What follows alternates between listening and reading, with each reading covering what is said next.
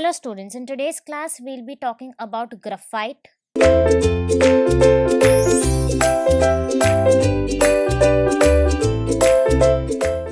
Now graphite is a very special material.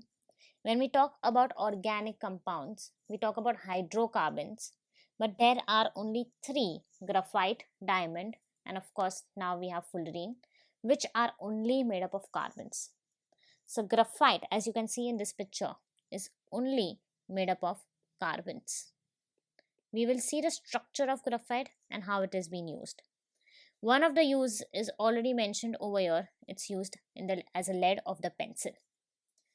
Graphite is also referred as plumbago. It is a crystalline form of the element carbon with its atoms arranged in a hexagonal structure. We are actually going to see the structure in depth. It occurs naturally in this form and in the most stable form of carbon under standard conditions. Graphite is used as a pencil and also as a lubricant. Now this is very important. It is used as a solid lubricant. Now when we talk about lubricants, we generally talk about grease or we talk about oil, and all of these are liquid lubricants. But what happens to the machinery which works at a very high temperature?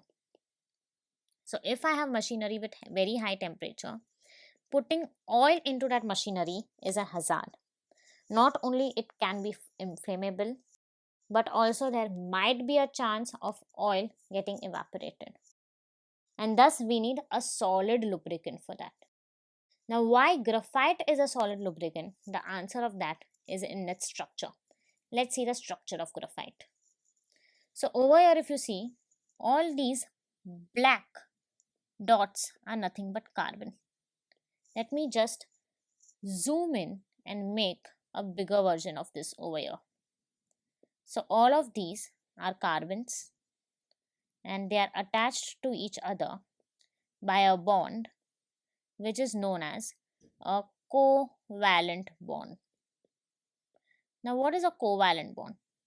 A covalent bond is between two atoms, let's say carbon and carbon, electron. Again, this particular carbon will also share one of its electron. By chance, if the bond breaks, if there's a breakage of bond, this carbon will get its electron back. This carbon will also get its electron back. This kind of bonding is known as covalent bonding. So over here, between all the carbons, the kind of bonding we have is known as a covalent bond. We have layers of hexagons over here forming a covalent bond. So this particular is one layer. Over here we have another layer. This is a third layer. All of these layers are formed with the help of covalent bonds. Now why I am focusing on the covalent bonds is because you will see another kind of bonds over here. And if you see over here, these bonds, the ones with the dash, these bonds, the bonds with the dashed line, are known as weak bonds. These are not strong bonds.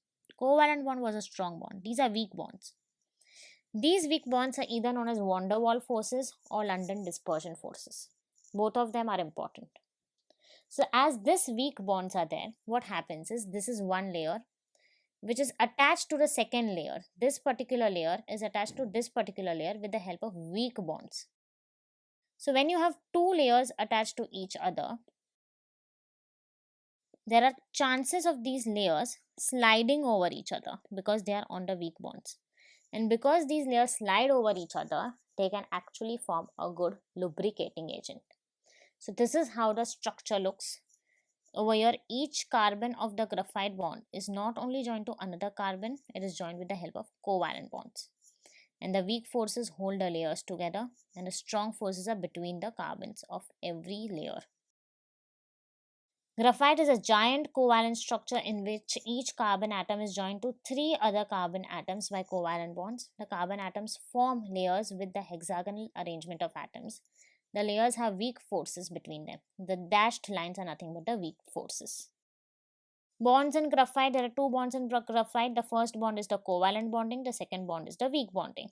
Graphite has a giant covalent structure in which carbon atoms form layers of hexagon rings. There are no covalent bonds between the layers. there is one non-bonded, one localized electron from the atoms, and that is the weak bonds. Let's see the uses of graphite. One of it we already know in the pencils. Let's see the other ones. Carbon graphite is a good conductor of electricity and has high refractory qualities, meaning it stands up to well at high temperature and wear, and that is the reason why we use it as a solid lubricant. Because of this, flake graphite is used to manufacture dry cell batteries, carbon electrode plates, and brushes in the electrical industry. So, apart from being a solid lubricant, apart from being in a pencil, you can also use it in dry cell, making electrodes, plates, brushes, and everything else. So, in today's topic, we learned about graphite. We learned basically what is graphite. We went through the structure of graphite and eventually the uses of graphite. Thank you so much for watching this video. Stay tuned to Ekeeda and subscribe to Ekeeda.